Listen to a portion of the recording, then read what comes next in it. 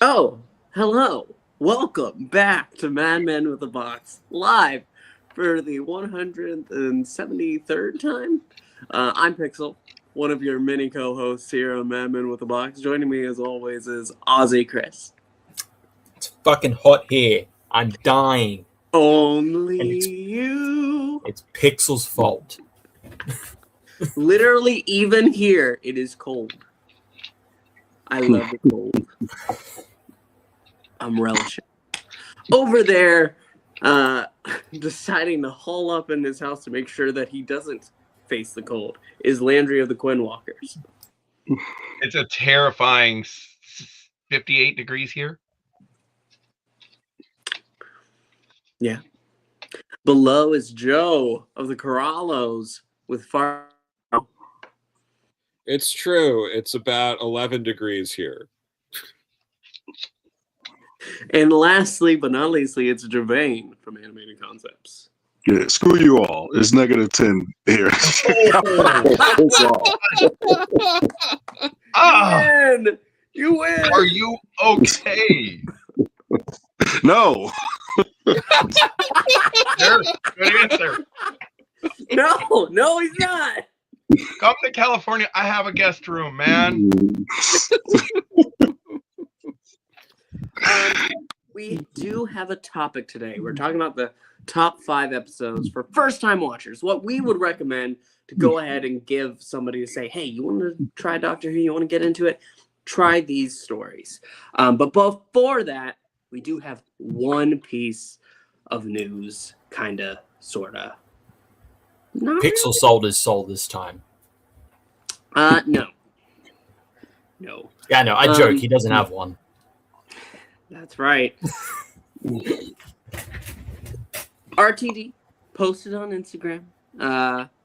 Spent a night out with Pete McTighe,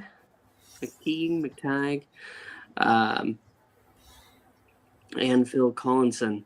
And his caption there was saying that he had a lovely night discussing his knees at great length.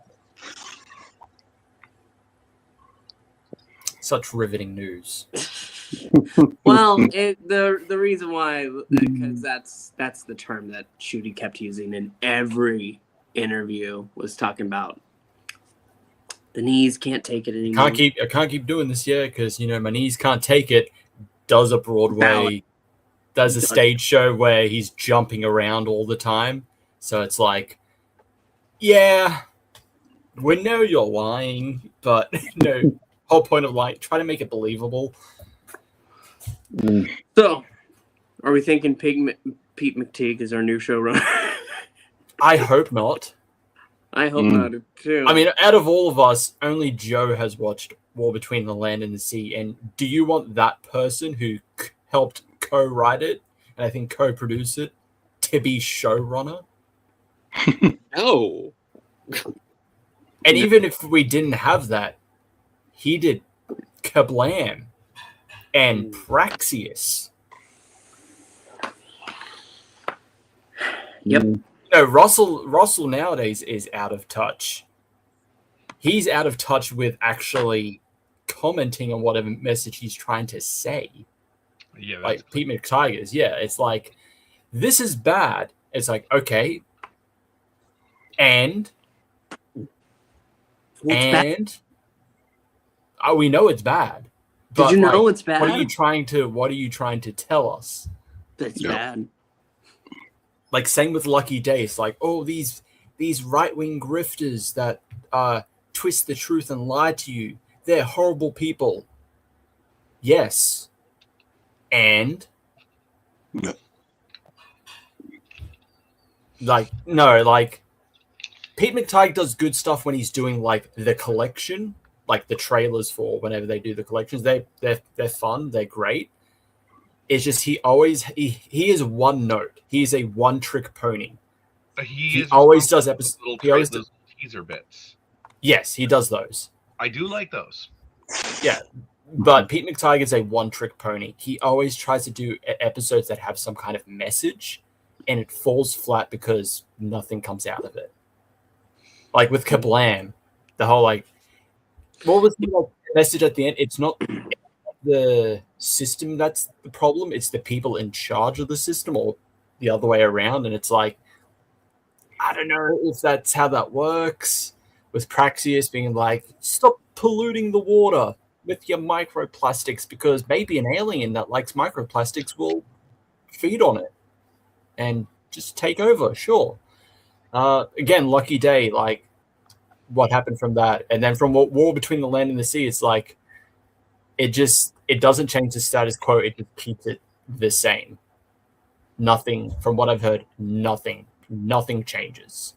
It tries to be this whole big thing where this is going to change the Doctor Who universe. Like, are we finally going to settle the whole, like, Silurian/Sea Devils against humanity? Can it work? And as usual, as happens all the time, it doesn't work. It's the same story again and again and again. And with Pete McTighe, it is the same messages again and again with nothing added to them. So I hope not. I hope he's not showrunner. We need someone outside of the group. Get someone else. Someone actually fresh. You want a fresh start? Get someone fresh. Yep. Well, that's our only bit of news. So good night, everybody. What are we going to say? Wait. We have our topic. Top Hooray. 5 episodes. So I'm guessing we're going to go, I guess, one at a time then. To go ahead. Yeah. Landry of the Coin Walkers, why don't you start? Number 1. All right. So first and preface is that when I selected this list, I realized subconsciously I was filtering this for how I do it. A lot of people I encounter that are hesitant to watch Doctor Who are people like, oh, that's a kid's show. I'm not interested. I'm into adult things. I watch the news. Like, and I watch the news, but I realized I put together a pretty dark assembly. So my first one was War Games, which I thought was nicely introductory because, I mean, you get all these basics. You get the introduction of the Time Lords. You get the concept of regeneration. You get whether he's the master or not, another rival Time Lord. You get the genesis, as it were, of a lot of the lore. Oddly enough, my next choice, Genesis of the Daleks. We introduce the Daleks with their origin. We now see another incarnation of the Doctor. We've seen the second. We know he regenerates. We see the fourth. We see the Time Lords manipulating him. In both episodes, we see the Doctor being a pawn of his species, which I didn't intend, but kind of came out that way. My third choice was Castrovalva, which I've always thought was an episode ahead of its time. It's just the Doctor and Perry trying to survive, just trying to leave. They're not even trying to solve the problem. They just want to leave. And the Doctor dying at the end, reinforcing the regeneration idea. Then I jumped to David Tennant with my next episode is Midnight. And this was a tough one because there's so many good Tennant episodes. But probably because we just watched it, it felt to me just so strong. And then my last choice, surprising nobody, is going to be Heaven Sent. Because it's really an episode that people are realizing further and further as we get from it, just how much of it is a study on grief, how it is very much the death of the Doctor in a lot of ways. We see him just an ending to him over and over again. And the very end, and I'm not saying including the follow-up of Hellbent, just ending with him on Gallifrey in the city, bringing it back to the Time Lords again, which I introduced as a theme through these 5 episodes, is a running theme. Well, there's 2 that don't have it, but it's still the first episode with War Games, the second episode with Genesis of the Daleks, and then bringing it back with here. I think take these 5 together and you get a very coherent history overview of the Doctor and the type of adventures he can have, but how he himself fits within his own universe.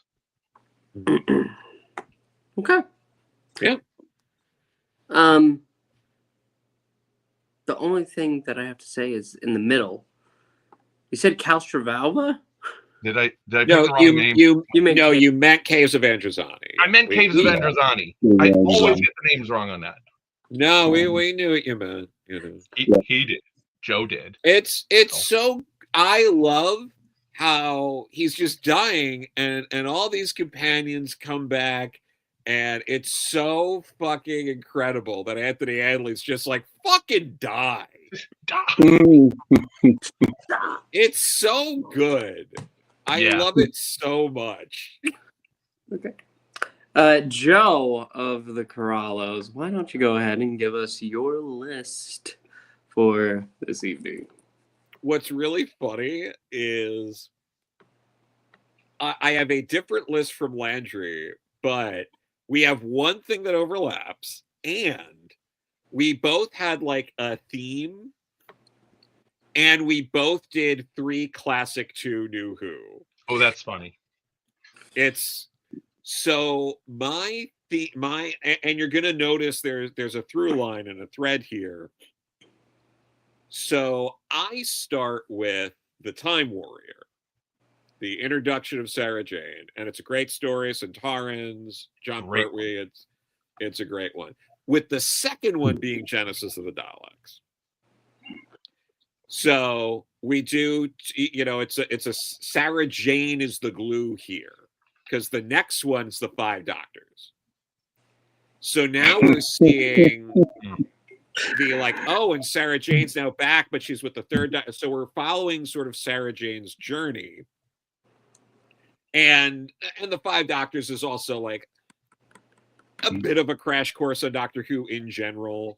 So like you get a lot of that. Then School Reunion, followed by Stolen Earth, Journey's End. That's good. So we get this full arc with Sarah Jane, and I think it's a great way to show people why Doctor Who is so unique, the special power behind it, like being able to genuinely see Sarah Jane confront Davros again all of those years later. Like all of these, I think it shows everyone sort of the power that this show has, the enduring legacy it's had.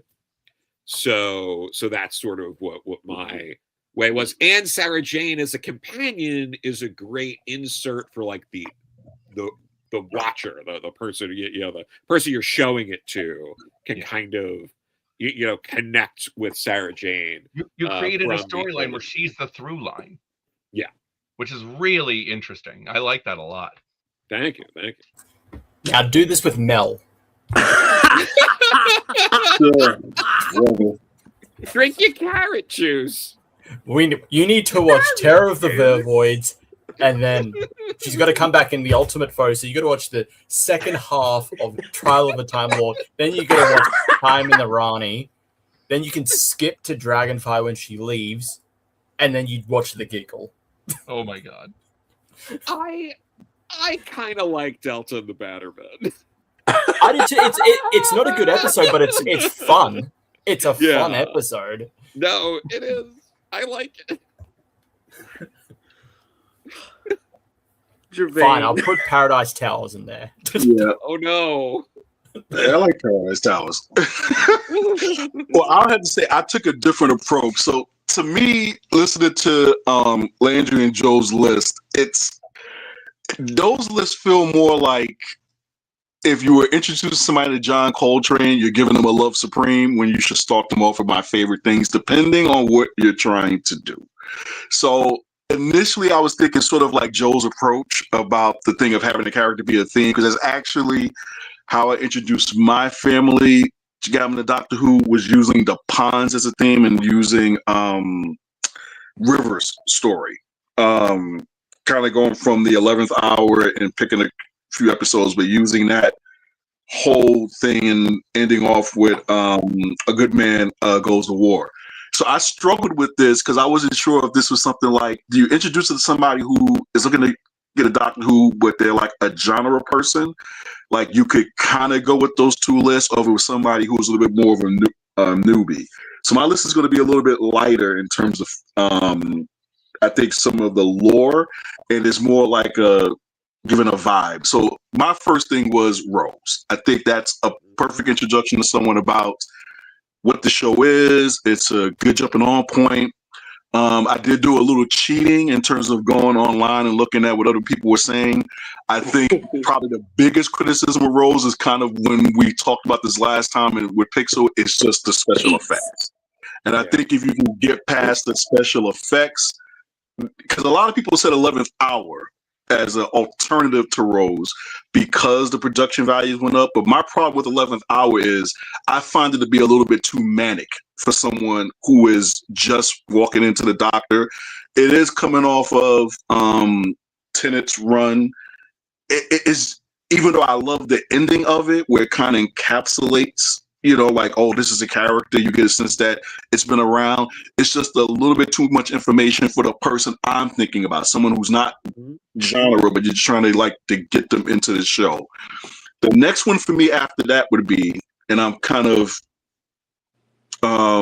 undercutting my point by going to this, it would be probably Tomb of the Cybermen and then the Aztecs, because I think I wanted to give people a sense of classic.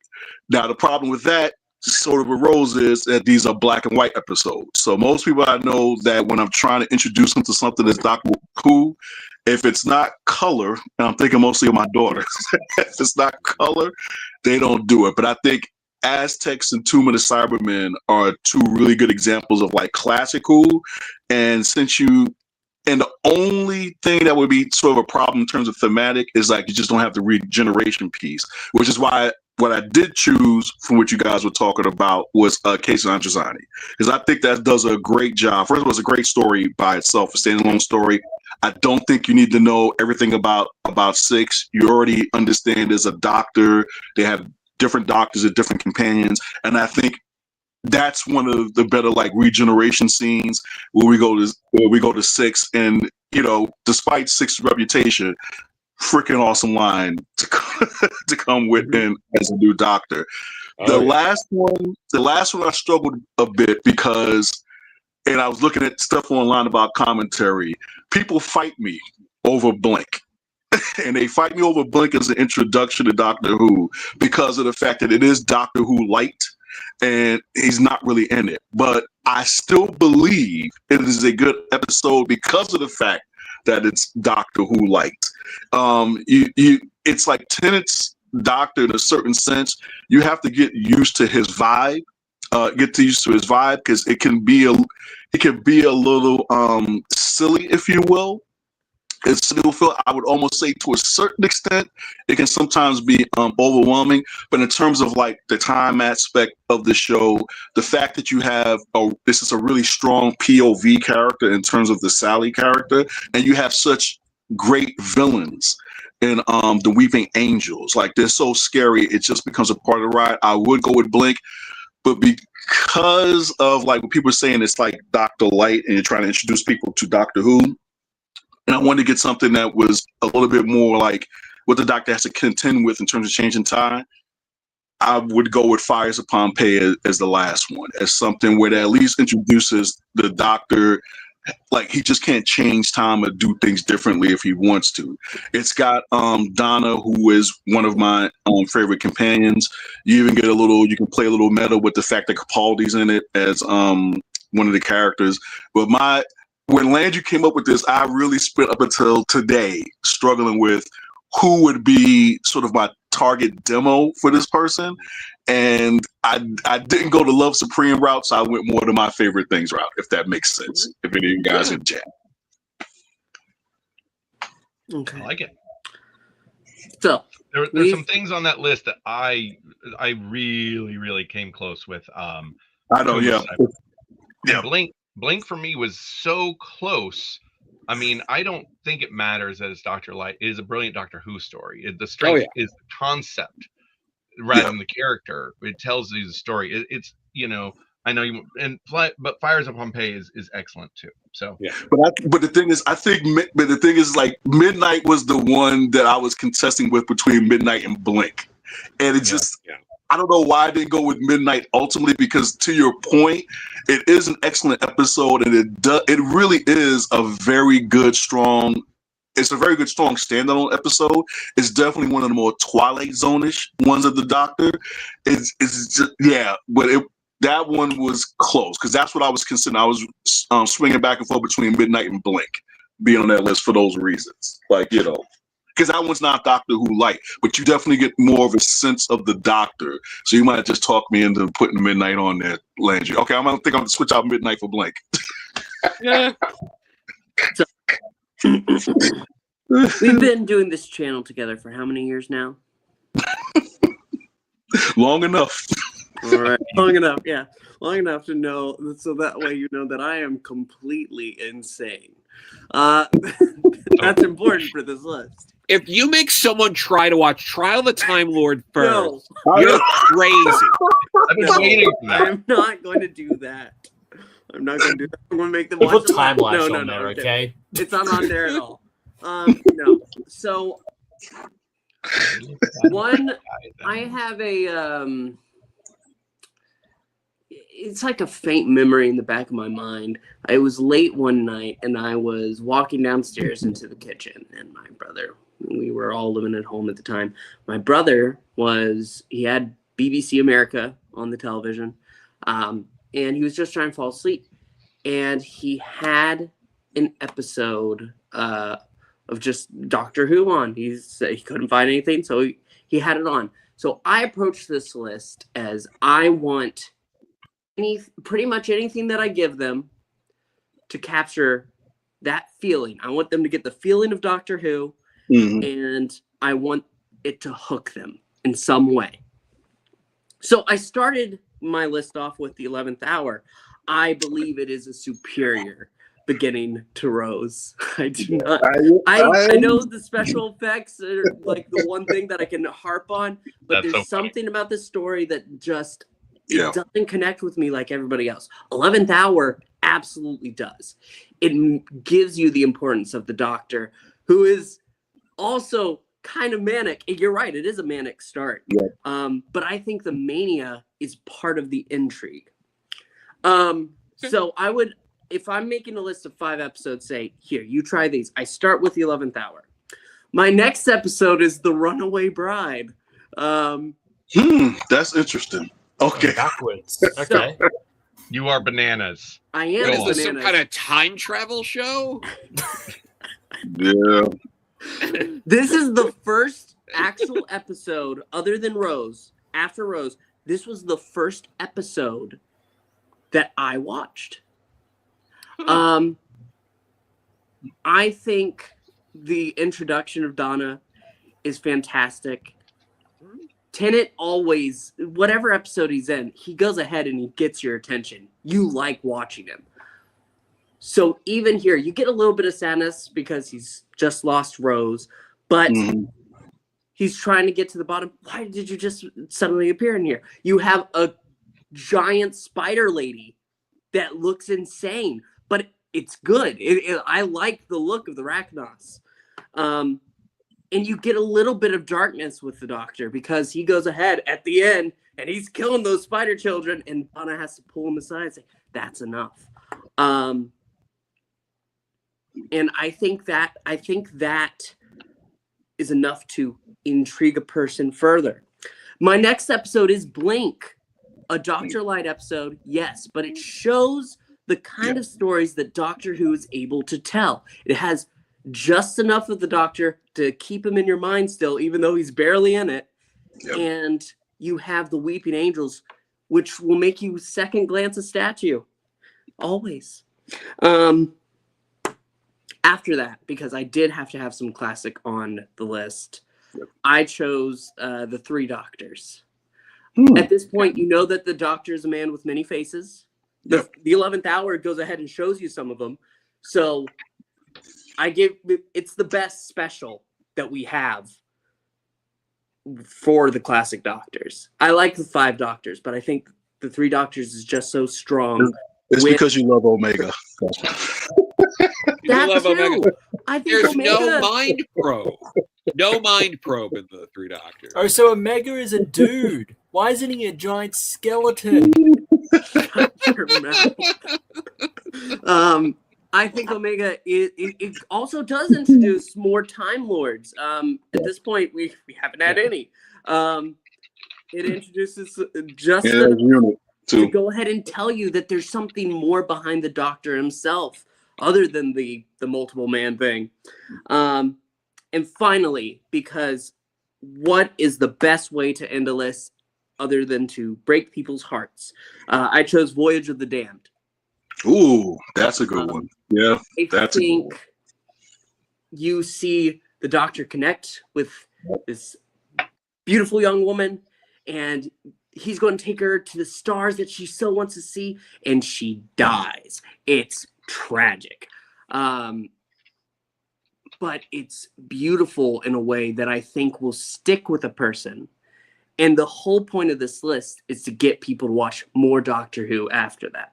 And the only way you can do that is if you hook them. And I think that these are all solid hooks for Doctor Who. Yeah, I love that you have 2 Christmas specials on there. I yeah, I do. was gonna say. I do.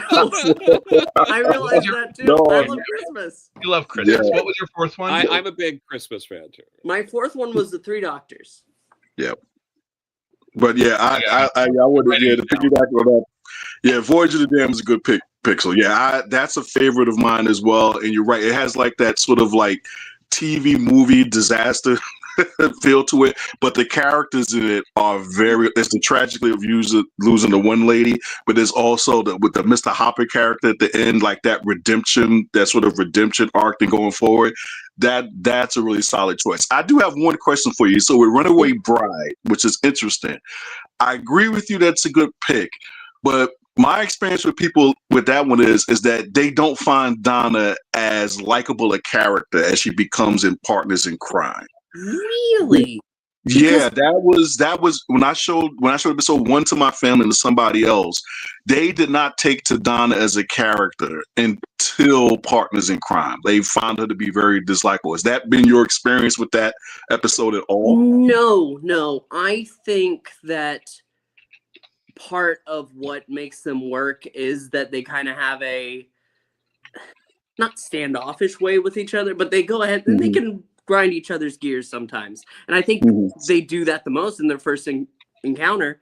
But it's through that makes it so exciting when she comes up in Partners in Crime and they're like, oh, now I do want to travel with you. I should have done this before. And even then, in Runaway Bride, like, yeah, she's obnoxious and bossy, but then she also has those moments, like when she's sitting down with Ten and like talking about Rose, and then also at the end when she stops him, and then when she declines the offer to join him and just don't be alone, just find someone. The only thing that I almost I got to the end of my list and I was thinking, actually it took me a while to find Voyage of the Damned. There was another one that was almost there, and it was another Christmas special. It was Christmas Carol. It's a beautiful story. It's a beautiful story. Yes. I feel like it's a beautiful story in Doctor Who that you need to like Doctor Who by that point. First. There you go. Yep. Because I showed it to I just introduced my daughters to it. I know exactly what you're saying, Pixel. It's like you have to already be into Who to really. It's a little bit more subtle than say Voyage of the Damned or something else. So I hope that this list, I think with these picks, it has enough that it can capture somebody's interest, and that's all I wanted to do. Yeah, I like Voyage of the Damned. I love the Three Doctors. I think there's a lot of humor in it too, and like I always think of the bit with when Joe finds the lab door with the doctor, and she's like, "It's locked," and he's like, "Well, it says no admittance." And like that bit is so funny. I love it every time. You're a good man, Pixel. You didn't succumb to the temptation of Trial of a Time Lord, so good on you. No, because the thing is, You must have been like shaking, like no, because my purpose was enjoy. My purpose Sixth was Doctor Peak, my but I can't. purpose with this list, like I said, is to capture interest. With Trial of a Time Lord, I need somebody to be strapped to a chair, watch it all, and then when they get to the end, they realize, oh my god, this is great. But Well, to be fair, no. First, you have to like, strap them down and subject them to the previous season, and keep them strapped to watch Trial of the Time Lord and be like, "What the hell happened?" No. If you had put Vengeance of Varos on the list, I would have let it slide. I think it's like it's dark, but it's also like a bit ahead of its time. It's a bit like it's resident today. I think that works, but yeah. Let's hear Chris's list. Yep. Okay, before we get into mine, I'm going to channel Evil Pixel here and give a revised top 5 list. Pixel's true top 5 list. Okay, of episodes to introduce. Okay, first off, Christmas Invasion. It's Christmas. Second, Runaway Bride. Also Christmas. Third, Voyage of the Damned. 3 Christmases in a row, baby. 4, Doctor. Guess what it is? Christmas. 5, part 1 of The End of Time. It's Christmas. Hang on, I'm not done. We have some amendments. Okay, here's some honorable mention. A Christmas Carol. It's in the bloody name. The Doctor, the Widow, and the Wardrobe, which normally I would not recommend, but we have a theme going on here. Then we have The Snowmen. Do you want voice of Gandalf, but it's Christmas? Watch The Snowmen. Then we have Time of the Doctor. You thought Christmas was great? Now there's a whole planet called Christmas. Also, it's kind of sad. Then we have Last Christmas, which, funny enough, is not the Last Christmas episode, because then we have Husband of River Song.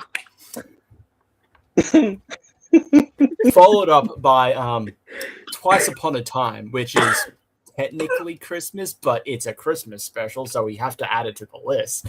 And then unfortunately, we've got this huge gap where there's no Christmas because they've hated Christmas for some reason. But then we brought it back. We have Church on Ruby Road. Do you love goblins? And it's Christmas? Hey, where is Dr. Mysterio? You're right. I was gonna say. I kind of forgot that Dr. Mysterio was a breaking point for everything. And then we ended off with the most baffling Christmas episode, Joy to the World. Oh Lord, I forgot about that one. I actually memory hold that. And also, I'm just going to add it to the list anyway because just to fit the theme. The 2026 special. That's going to be a Christmas special. Sure. Actually, I forgot to mention it because I was thinking about Christmas Carol. I did think about if 3 Doctors went well, maybe I can get away with Twice Upon a Time. I didn't. I realized that would not work, and I did. That's an all right episode until the end. Then it's like a really good regeneration scene. Okay, well, let's get the Christmas list so we can send Landry home happy.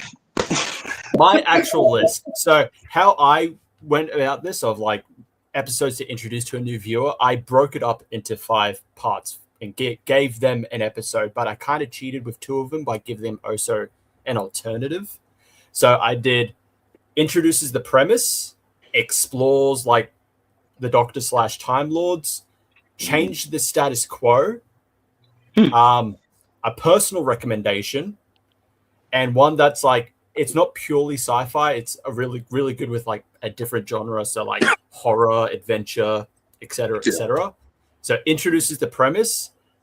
I know you can't legally find it anywhere, but An Unearthly Child. Right.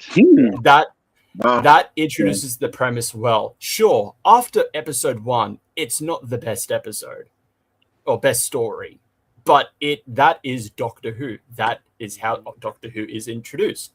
Alternatively, you could put Rose there. Yeah. That does the same thing.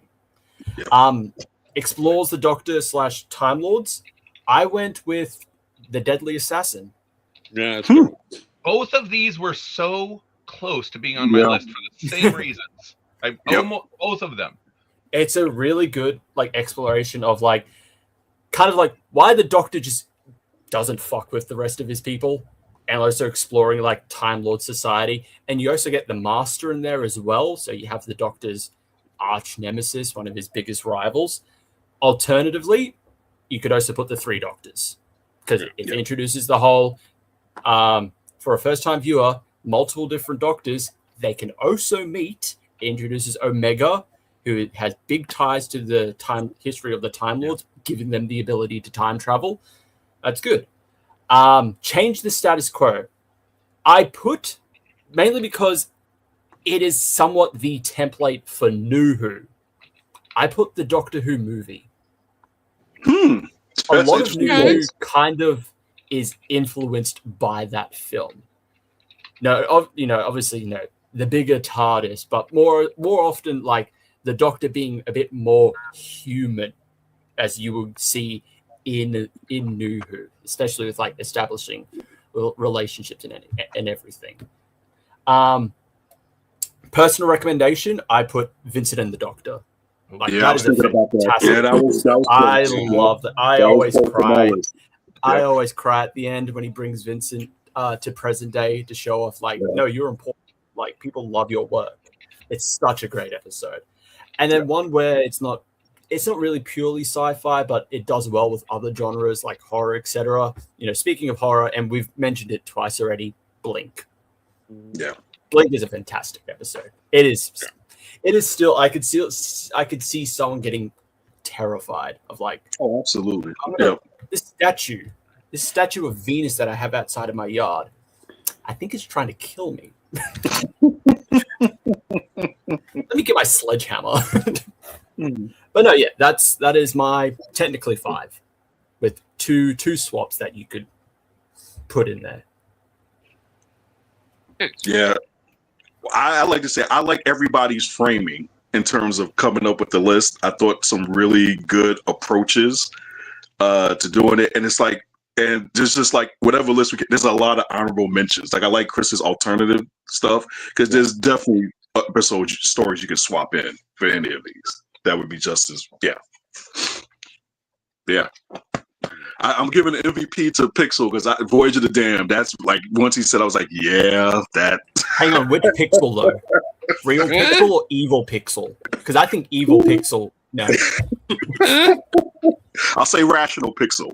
Okay. So evil. That doesn't answer the question. So I had one honorable mention, and then I gotta go. Is Dot and Bubble. Yeah, bro. Yeah.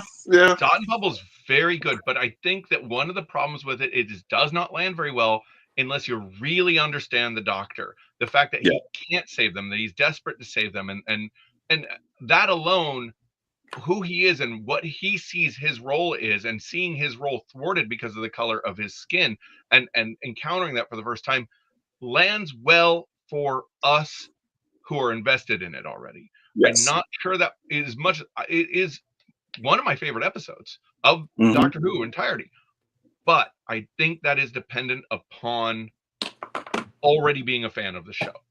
Yeah, it feels like a callback based on the way the show was going at the time. It's like, if somebody finally gets it, this is what the Doctor's about. So yeah, that's if you have somebody watch The Waters of Mars and then they watch Dot and Bubble, they'll get the vibe. They'll understand what you're going, the feeling you're invoking. Yeah. Yeah, I mean, there are so many really good. Or what else? Human Nature, Family of Blood was another one I was thinking about. And I think that also gets that vibe across. Yeah.